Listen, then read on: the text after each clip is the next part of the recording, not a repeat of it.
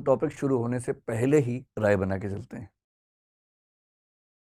E.H. Car एक बड़े अच्छे विद्वान हुए हिस्ट्री में। उनकी एक किताब है बड़ी अच्छी, हिस्ट्री, इतिहास क्या है, व्हाट इज हिस्ट्री। बड़ी अच्छी किताब है।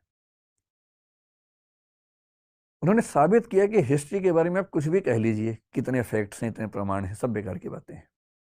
अंततः इतिहासकार के दिमाग में जो बैठा हुआ है वो साबित वही करता है। इसलिए मार्क्सिस्ट हिस्टोरियन लिखेंगे तो आप पाएंगे सबके निर्णय लगभग एक जैसे आते हैं, और जो नेशनलिस्ट हिस्टोरियंस हैं उनके फैसले एक जैसे आते हैं हमेशा। किसी हिस्टोरिकल फिगर को लेकर सोच लीजिए, अकबर की बात कर लीजिए, औरंगजेब की बात कर लीजिए, एक धारा के फैसले हमेशा एक से आएंगे, दूसरी धारा के फैसले हमेशा एक से आएंगे। ऐसी माइंडसेट से अगर हम चलेंगे, और हमारी यूनिवर्सिटीज में भी तो यही होता है। बहुत रोचक बात है, यूनिवर्सिटीज में टीचर्स बटे हुए हैं कि ये मार्क्सवादी है, ये भाजपाई है। और मैं सोचता हूं कि जो आदमी देश को पढ़ाने की जिम्मेदारी संभालता है यूनिवर्सिटी में, वो एक विचारधारा से बंध कर चीजों को देखने का आदी कैसे हो सकता है? उसके अंदर इतना वैचारिक साहस क्यों नहीं है कि किसी मुद्दे पर मेरी विचारधारा से बेहतर राय किसी और विचारधारा की भी हो सकती है? ये साहस क्यों नहीं है? और इसलिए जो बात यूनिवर्सिटीज तक में मिस होती है तो समाज में तो कहां से आएगी? विश्वविद्यालय का तो काम है समाज को सही दिशा देना, वही नहीं है तो समाज में कहां से आएगी? पहले कोशिश कीजिए न्यूट्रल होने की, तटस्थ होने की, कि मुद्दे को समझने से पहले ना मैं इस तरफ हूं ना मैं उस तरफ हूं। हिजाब की बात है, मुझे नहीं पता, मैं पहले स्टडी करूंगा पूरा। स्टडी करने के बाद मामला ठीक लगेगा तो मैं कहूंगा हाँ ये ठीक है, गलत होगा तो बोलूंगा गलत है। पहले क्यों फैसला करूं? ये तो बहुत बेसिक सी बात है। न्यूट्रलिटी ही जब रियल सिचुएशंस में आती है उसको बोलते हैं निष्पक्षता, impartiality in the specific situations.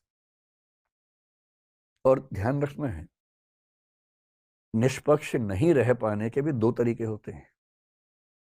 निष्पक्ष का मतलब है कि भाई मैं एक्स और वाई के झगड़े में ना एक्स की तरफ हूं ना वाई की तरफ हूं। जैसे मान लीजिए दो बच्चों में झगड़ा हो जाए और उनमें से दोनों की मम्मियां नीचे आ जाएं। जनरल परसेप्शन ये है कि मम्मी बच्चों के झगड़े में अपने बच्चे का पक्ष लेगी। ये ऐसा नहीं कि सोशल कंस्ट्रक्ट की बात हो रही है, बायोलॉजिकल लेवल बात चल रही है, क्योंकि मदर्स का लव आमतौर पे अनकंडीशनल माना जाता है। और ये बात मैं जो कह रहा हूँ मैं अफवाहों के बेस में नहीं कह रहा हूँ।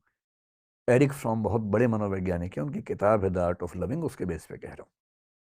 मदर्स का लव आमतौर पर अनकंडीशनल होता है कि मेरा बच्चा परेशान है तो फिर मैं अपने बच्चे के साथ हूँ, मुझे विचारधाराओं से, राष्ट्र, समाज, राजनीति, इन सबसे मतलब नहीं, मुझे बच्चे से मतलब है। इसलिए यदि कोई मदर बहुत ऑब्जेक्टिव है अपने बच्चे के मामले में तो बहुत बड़ी बात है। जनरली इस बात की संभावना ज्यादा है कि वो थोड़ा सा उसके पक्ष में खड़ी होगी। पिता लोग जिस प्रोसेस से आगे बढ़ते हैं उसमें इस बात का खतरा ज्यादा होता है, या संभावना ज्यादा होती है कि वो ऐसे मामलों में बहुत ज्यादा अपने बच्चे के पक्ष में झुके हुए ना दिखें।